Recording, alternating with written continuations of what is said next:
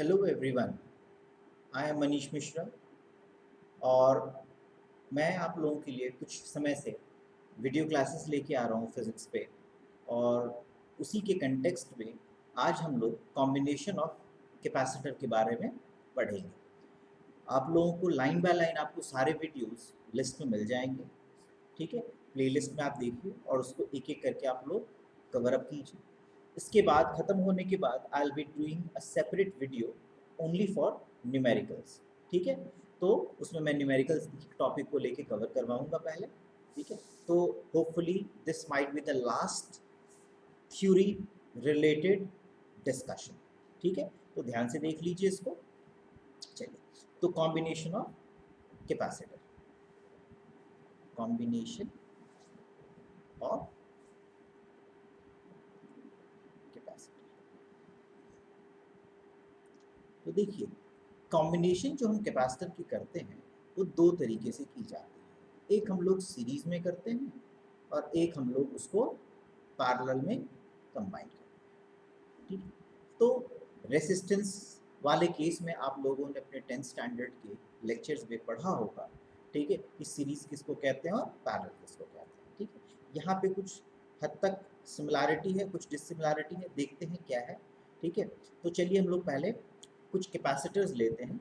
Late it B capacitor number 1, then we are taking capacitor number 2 and then we are taking capacitor number 3। आप चाहो तो और भी ज़्यादा ले लीजिए, मैं 3 से लेके अभी फ़िलहाल काम चलाऊँगा, राइट। तो अब हम लोगों ने क्या किया, इसको एक एक्सटर्नल पोटेंशियल के साथ इसको जोड़ दिया, सोर्स बैटरी के साथ इसको जोड़ दिया। Let it be C1, let it be C2 and let it be C3 and let the potential be. जैसे हम लोग इसको कनेक्ट करते हैं, इसके ऊपर ये क्या करता है, पॉजिटिव चार्ज अक्वायर करता है, ठीक है। अब ये पॉजिटिव चार्ज जब अक्वायर करेगा तो अपने से ऑपोजिट वाले प्लेट के ऊपर ये इंटरनली नेगेटिव चार्ज देगा। तो भाई नेगेटिव चार्ज देगा तो ये वाला हिस्सा जो है इसका, वो क्या अक्वायर कर लेगा, पॉजिटिव। अब क्योंकि ये इसके साथ कनेक्टेड है कंडक्टिंग वायर द्वारा, ठीक है, तो ये सारा चार्ज इसके ऊपर जाके ट्रांसमिट हो जाएगा। तो ये बराबर क्वांटिटी में क्या हो रहा है, पॉजिटिव चार्ज है। सिमिलरली इसके ऊपर नेगेटिव एंड सिमिलरली यहाँ पे पॉजिटिव फिर से आएगा और ये सारा पॉजिटिव जाके इसके ऊपर एक्यूमुलेट होगा, ठीक है, वहाँ से हट के। तो ये सारे हट गए यहाँ से और ये आ गए इसके ऊपर, फिर यहाँ पे अल्टीमेटली क्या होगा, नेगेटिव चार्ज आएगा and so on, the circuit is completed. तो आपने देखा यहाँ पे खास बात ये रही कि जितनी चार्ज आपने पहले वाले प्लेट के ऊपर दिया, ठीक है, उतनी ही चार्जेस हर जगह मेंटेन्ड रहे, ठीक है। तो यहाँ पे कांस्टेंट क्या रहा आपके पास, यहाँ पे कांस्टेंट रहा है आपके पास चार्जेस, ठीक है। तो charge became constant in this particular case. ये हम लोग सीरीज के कॉम्बिनेशंस को देख रहे हैं, ठीक है। According to capacitance formula we know that Q is equal to CV होता है। तो वेरिएबल टर्म क्या है, वेरिएबल यहाँ पे ये मान लो पॉइंट नंबर 1 है, let this be point number 2, let this be point number 3 and let this be point number 4। तो यहाँ से या फिर इसको नाम दे देते हैं A, B, C और D। तो A से B तक का जो वर्क होगा, ठीक है, पोटेंशियल होगा, हम लोग उसको V1 मान लेते हैं। B टू C के लिए हम लोग उसको V2 मान लेते हैं और C टू D के लिए हम लोग उसको V3 मान लेते हैं। तो यहाँ से यहाँ तक जो चार्जेस का जो ट्रांसफर हो रहा है उसके लिए जो वर्क आपको करना पड़ रहा है, दैट इज पोटेंशियल जो है, वो तीनों को एग्रीगेट अगर आप करते हो तो आपके नेट पोटेंशियल के बराबर होगा। ओवरऑल ईएमएफ जो प्रोवाइड कर रहा है ये उसके बराबर होगा, ठीक है। तो चलिए हम लोग लिख सकते हैं कि V is equal to V1 plus V2 plus V3। कोई दिक्कत इसके अंदर ना। We know that potential is the function of charge. तो भाई हम लोग पोटेंशियल को चार्ज के कंटेक्स्ट में लिख सकते हैं ना। तो V इज इक्वल टू क्या लिखोगे आप, Q अपॉन C। तो मान लिया कि हम लोग यहाँ पे V जो लिख रहे हैं दैट इज Q, चार्ज तो सेम रहेगा, दैट इज ओवरऑल कैपेसिटेंस। अब V1 के ऊपर कैपेसिटेंस कितनी होगी, चार्ज तो नहीं एक्वायर किया लेकिन उसकी कैपेसिटेंस है C1, अलग है। दूसरे के ऊपर चार्ज सेम रहेगा लेकिन कैपेसिटेंस कितनी है, C2, Q अपॉन C3। तो इससे जो रिजल्ट मिलेगा हमें वो क्या मिलेगा, Q upon C is equal to, Q हमने क्या कर लिया, कॉमन बाहर ले लिया, that is C1 plus 1 upon C2 plus 1 upon C3। अब ये Q से आपने Q को क्या कर दिया, कैंसिल कर दिया, ठीक है। नाउ इसके जो फाइनल रिजल्ट बने वो क्या बने, 1/c is equal to 1/c1 plus 1/c2 plus 1/c3। तो अगर आप सीरीज में कंबाइन करते हो, ठीक है, तो the reciprocal of the capacitance will be equal to the sum of the reciprocals of the individual capacitors. जैसे कि पैरेलल में रेसिस्टर के केस में होता था कि अगर हम लोग को पैरेलल कॉम्बिनेशन में रेजिस्टेंस निकालना है तो हम लोग क्या करते थे, 1/R1 plus 1/R2 plus 1/R3 nth term तक उनका सबका सम करेंगे तो आपको क्या मिल जाएगा, 1/R मिल जाएगा, and that R is equivalent resistance. उसी प्रकार यहाँ पे क्या है, ये इक्विवेलेंट कैपेसिटेंस है, तो उसको इजी करने के लिए हम लोग क्या करते हैं, CS से डिनोट कर देते हैं, that is capacitance in the series combination. Clear होगी बात। Now in the second part will discuss about the combination if it is in parallel. ठीक है, अब हम लोग पैरेलल कॉम्बिनेशन को देखते हैं, पैरेलल कॉम्बिनेशन। ठीक है, अब ये पैरेलल कॉम्बिनेशन की क्या बात है, तो देखो, तो सबसे पहले हम लोग एक तीन, सिमिलरली फिर से वही केस हम लोग करेंगे कि 3 प्लेट हम लोग ले लेंगे, आप चाहो तो इससे ज़्यादा ले सकते हो, कोई भी प्रॉब्लम उसमें नहीं है।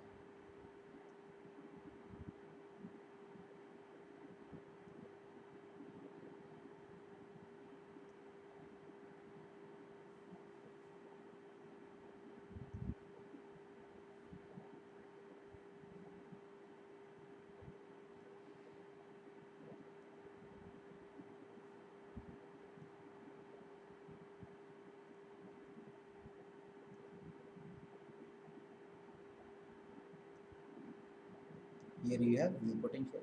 Let this capacitance be C1, let this capacitance be C2, and let this capacitance be C3.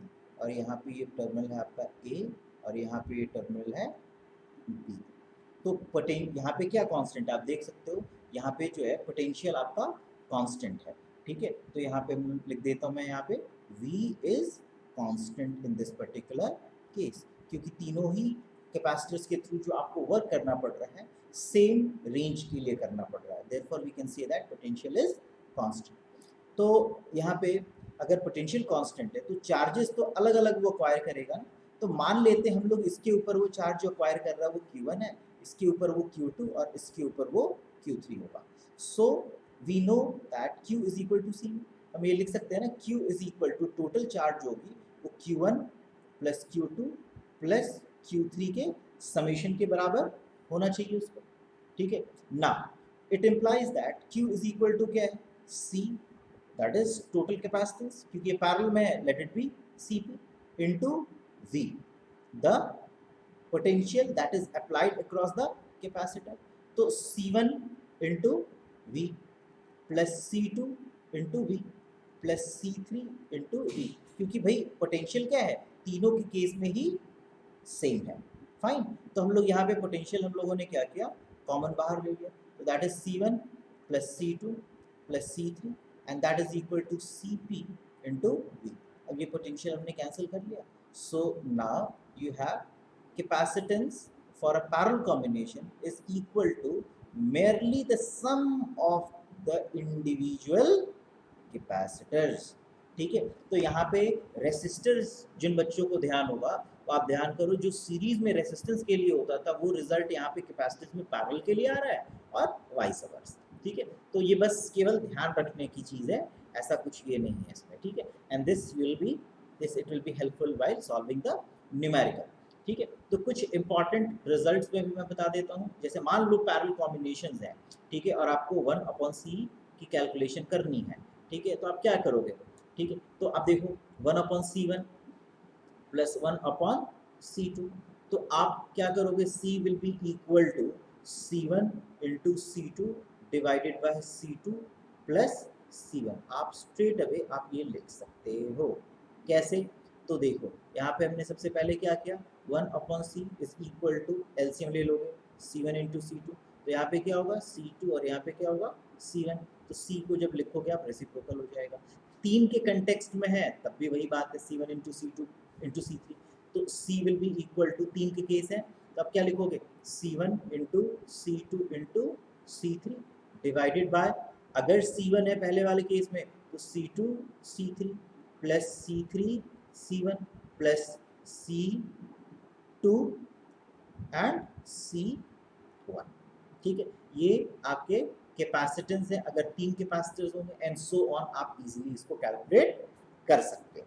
Fine, कोई दिक्कत इसमें ना। जो नेक्स्ट टॉपिक, अब इससे रिलेटेड कई सारे हम लोग न्यूमेरिकल्स करेंगे। ठीक है, न्यूमेरिकल वाले सेक्शंस में मैं इंडिपेंडेंटली इसको देखूंगा, बताऊंगा मैं।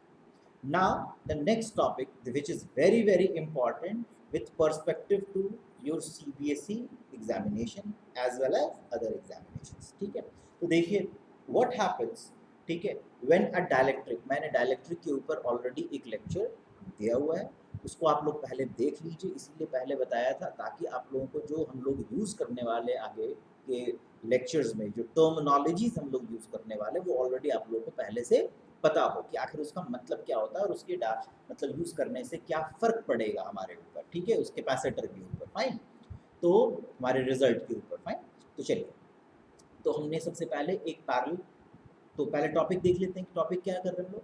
ठीक है, तो capacitance of a parallel plate capacitor, capacitance of a parallel plate capacitor कब, when a dielectric slab is inserted, slab is inserted between them। ठीक है, बहुत आसान सा टॉपिक है। ठीक है, सो डोंट वरी, बहुत इजीली हो जाएगा, बिल्कुल घबराने की ज़रूरत नहीं है। अब देखिए, एक हमने एक पैरेलल प्लेट कैपेसिटर लिया। ठीक है, we just considered a parallel plate capacitor. ठीक है ना, जस्ट थोड़ा नीट रहेगा तो अच्छा रहेगा।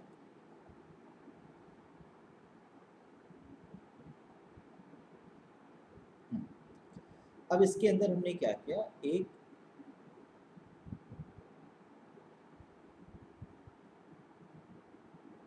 स्लैब डाल दिया। Fine, we inserted a slab. कौन सा स्लैब, डायरेक्ट्रिक स्लैब। तो फर्स्ट ऑफ ऑल हमने इसके ऊपर पॉजिटिव चार्ज दिया।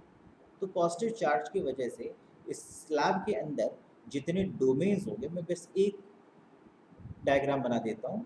ठीक है, बाकी आप लोग उसको देख लोगे मेरे डायलेक्ट्रिक वाले लेक्चर से। ठीक है, तो इस एंड पे ऊपर क्या होगा, वो नेगेटिव चार्ज एक्यूमुलेट कर लेगा और फिर ये फाइनली यहाँ पे पॉजिटिव चार्ज वो अक्वायर करेगा इंडक्शन की वजह से, और इसे आप अर्थ कर देते हो तो फाइनली यहाँ से सारे चार्जेस जो हैं वो अर्थ हो जाएंगे। ठीक है, तो यहाँ से डिसअपियर हो जाएंगे सारे चार्जेस। फाइन, क्लियर हो गई। अब बात समझिए, तो यहाँ से यहाँ तक की जो थिकनेस है, यहाँ से यहाँ तक की जो डिस्टेंस है, उसको हम लोगों ने कंसिडर करा है डी। एक प्लेट जो है, ठीक है, ये मैं सामने से बता रहा हूँ प्लेट, हालांकि ठीक है इसका एरिया होगा कुछ इस तरीके से प्लेट है। ठीक है, बस केवल मैं उसका वर्टिकल पॉइंट बता रहा हूँ, तो इसीलिए ऐसा बना दिया है केवल कन्वीनियंस के लिए, ताकि मुझे दिक्कत ज़्यादा ना आए। राइट, तो चलिए, तो इसकी एरिया क्रॉस सेक्शन हम मान लेते हैं ए। प्लेट की एरिया क्या है, ए। फाइन, चलिए ये भी समझ लिया हम लोगों ने। अब देखो, यहाँ से यहाँ तक पहले क्या था, वैक्यूम था। ठीक है, खाली स्पेस थी, तो यहाँ पे इलेक्ट्रिक फील्ड कितना बन रहा होगा, मान लेते हैं ई नॉट के बराबर होगा, let it be E naught. ठीक है, और ये जो स्लैब है, उस स्लैब की थिकनेस हमने मान ली है टी। ठीक है, इसकी थिकनेस है टी। तो भाई कोई स्लैब लगाए हो तो अब तो वही मटीरियल हो गया, तो अब उसके अंदर की जो इलेक्ट्रिक फील्ड होगी यही तो नहीं होगी। तो हम क्या करेंगे, इसके अंदर से एक फील्ड जो गुजर रही होगी, that would have been E naught. ठीक है, ई नॉट इसके थ्रू भी गुजर रही होगी। अब क्योंकि पॉजिटिव से नेगेटिव की तरफ है, तो इसके अंदर का जो है, इस पोलराइजेशन की वजह से इसके अंदर भी एक इलेक्ट्रिक फील्ड डेवलप हुआ होगा, and that will be equal to E P, that is polarized electric field. तो इसका जो नेट इलेक्ट्रिक फील्ड बना होगा, that would have been E N is equal to E naught minus E P. ये बात ध्यान रखना आप लोग, ये इतनी सी बात। ठीक है, ये बहुत बहुत इंपॉर्टेंट एस्पेक्ट है, ये अगर गड़बड़ होगा तो सारा पॉइंट आपका गड़बड़ हो जाएगा। ठीक है ना, let us take note of that. ठीक, तो अब चलिए, अब हम लोग बात करते हैं कि ई अब यहाँ पे V is equal to ED होता है, V is equal to, we know that it is equal to ED। तो टोटल पोटेंशियल यहाँ पे कितना होगा, ये दो भाग में बटा हुआ है, ठीक है, इसको हम लोग दो भाग में बांट देते हैं, एक वो रीजन जहाँ पे कोई मटेरियल नहीं है और एक वो रीजन जहाँ पे कुछ मटेरियल है। तो हम उसको V1 और V2 से डिनोट कर लेंगे, let it be equal to V1 plus V2। V1 कौन सा रीजन, जो वैक्यूम है या फिर एयर है ना, और V2 कौन सा रीजन है, वो रीजन जिसमें डाइलेक्ट्रिक इलेक्ट्रिक स्लैब है, ठीक है, ये दो रीजन हो गए। अब V1 के लिए क्या करोगे, V is equal to E naught into D minus T, कि भाई देखो इसकी थिकनेस है T और इन दोनों के बीच का डिस्टेंस है D, तो E नॉट कहाँ तक वैलिड है, बस ये पूरे रीजन तक वैलिड है, बस वो T के अंदर वैलिड नहीं है, तो E naught into D minus T. और ये जो V2 पोटेंशियल है उसमें क्या है, En, वैलिडिटी किसकी है, En की है ना, ये देख लो आप यहाँ पे En, राइट। सो En के कंटेक्स्ट में हम लोग उसको लिखेंगे, सो En इनटू क्या होगा, thickness, right, now that is net electric field, right. तो अब ये बताओ मुझे, ठीक है, इसको अगर मुझे इसके टर्म्स पे लिखना हो, ठीक है, तो मैं कैसे लिखूंगा, ठीक है, तो सी यहाँ पे ये भी आगा का V। नाउ टेक कि डाइलेक्ट्रिक स्लैब हमने डाला, तो K एक कांस्टेंट है और K की वैल्यू कितनी होती है, बताइए K की वैल्यू कितनी है, K is equal to E naught divided by E n, that is electric field in a free space to the electric field in a medium। ये आपको क्या देता है, डाइलेक्ट्रिक देता है, डाइलेक्ट्रिक कांस्टेंट देता है, so that is E N को हम ऐसा लिख लें तो कोई प्रॉब्लम तो नहीं होनी चाहिए, सो ई नॉट डिवाइडेड बाय के, ठीक है। अब इसकी वैल्यू हम लोग यहाँ पे सब्सटीट्यूट कर देंगे, ठीक है। So now we can say that जो नेट टोटल पोटेंशियल यहाँ पे आया हुआ है वो कितने के बराबर है, आपका ई नॉट, ठीक है, ब्रैकेट में डी माइनस टी और plus E not divided by के इंटू टी, फाइन।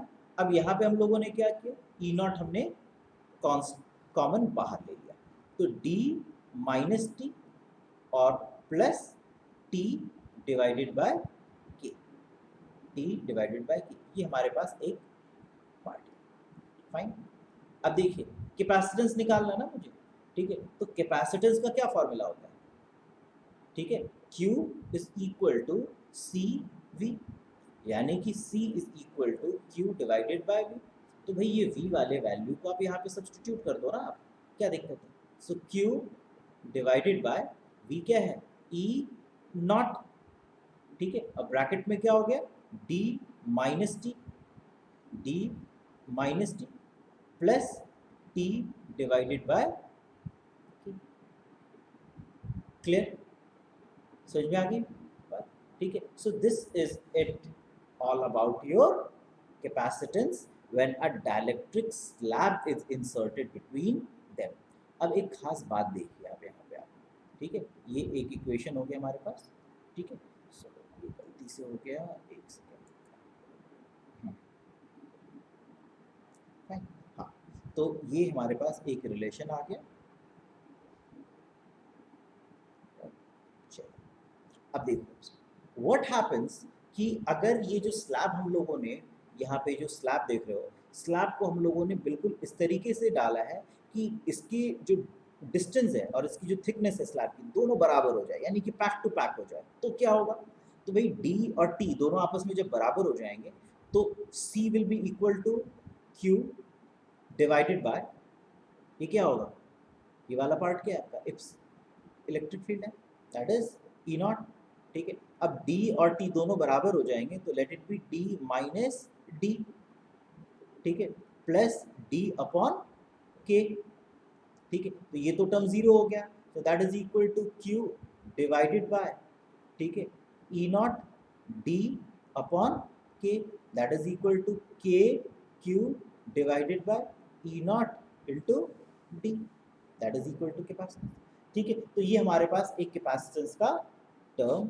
आ ठीक है, तो हम लोग लिख सकते हैं यहाँ पे finally C is equal to, ठीक है, C इज इक्वल टू क्या होगा, ये क्या होगा यहाँ पे बताओ, C इज इक्वल टू लिखोगे यहाँ पे K Q divided by E naught into D, this is एक पार्ट है, ठीक है। And also we know that, ठीक है, कि V को हम लोग, ये जो पोटेंशियल का हम लोगों ने एक्सप्रेशन यहाँ पे डेराइव किया हुआ है, ठीक है, हम लोग उसको V के कंटेक्स्ट में भी हम लोग इसको रिप्रेजेंट कर सकते हैं।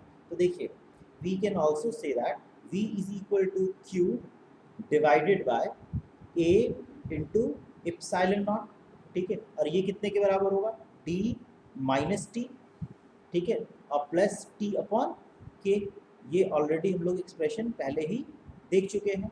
अब इस Q इज इक्वल टू सी भी है ना, तो अब आप एक काम करो, Q इज इक्वल टू, देखो यहाँ पे Q इज इक्वल टू सी भी है, तो V यहाँ पे ऊपर है तो Q को नीचे ले आओगे आप, तो Q को अगर आप नीचे ले आते हो तो कितने के बराबर होगा, V को नीचे ले आओ, ज़्यादा अच्छा है, तो Q को वहीं पे छोड़ो आप, तो Q को यहीं पे छोड़ दिया, पोटेंशियल को नीचे ले आया, ठीक है, पोटेंशियल को नीचे लाए, अब ये वाला फैक्टर क्या होगा, ऊपर चला जाएगा, so that will be equal to epsilon naught A divided by, अब यहाँ पे क्या होगा, डी माइनस टी और plus T divided by K, ये भी लिख सकते हो, और इसकी वैल्यू कितने के बराबर है, ये बराबर है आपके, देखो यहाँ पे कैपेसिटेंस के बराबर है, तो C it implies that C is equal to epsilon naught A divided by D minus T plus T divided by K, ये आ गया। अब मान लो कि D और T दोनों अगर आप बराबर कर देते हो, ठीक है, तो अल्टीमेटली क्या होगा, C will be equal to epsilon naught A divided by D upon K, तो K ऊपर गया, ठीक है, that is K times the capacitance, तो जो वैक्यूम में कैपेसिटेंस है उसकी वो K टाइम्स बढ़ जाता है, ठीक है, that is it. So I think this must be clear to you all, fine. तो हम लोग एक रिलेशन ये भी निकाल सकते हैं कि K is equal to C divided by C naught, यानी कि डाइलेक्ट्रिक कांस्टेंट को the ratios of the capacitance of a material to the capacitance in a free space, ठीक है, उनके रेशियो से हम लोग उसको बता सकते हैं, ठीक है, can also be defined by that, ठीक है, यहाँ तक मेरे ख्याल से कोई प्रॉब्लम नहीं होगी।